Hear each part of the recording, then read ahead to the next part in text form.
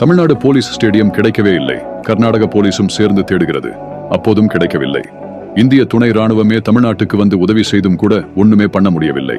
கிட்டத்தட்ட 36 வருடங்களாக தமிழ்நாடு மட்டுமில்லாமல் இந்தியாவை சேர்ந்து தேடுகிறது. கடைசியில் ஏமாற்றம்தான் மிச்சம். இத்தனை வருடங்களாகியும் உங்கள் நாட்டினால் ஒன்றும் செய்ய முடியவில்லை என்று இந்த சம்பவத்தை வைத்து உலக நாடுகள் எல்லாம் இளக்காரமாக பேசுகிறது. இதற்கு மேல் பொறுமையாக இருக்க முடியாது என்று தமிழக போலீசும் இந்திய ராணுவமும் நேரடியாக களத்தில் இறங்கினால் மிகப்பெரிய பாதிப்போடு தோல்விதான் பதிலாக இருந்திருக்கிறது. இவ்வளவு பெரிய போராட்டமும் ஒரு தனி மனிதரை பிடிக்கதான். அந்த அளவுக்கு அந்த மனிதர் கெட்டவரா என்று கேட்டால் மக்கள் மத்தியில் இல்லை என்பதுதான் பதில்.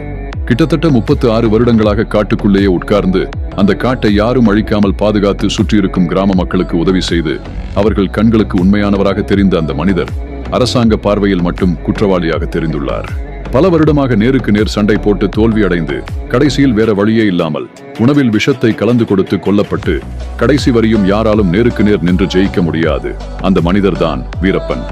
இவரை பற்றி நீங்கள் என்ன நினைக்கிறீர்கள் என்பதை கமெண்டில் கூறுங்கள். மற்றும் இதனை போன்று தினம் ஒரு விஷயத்தை தெரிந்து கொள்ள என்னை பின்தொடருங்கள்.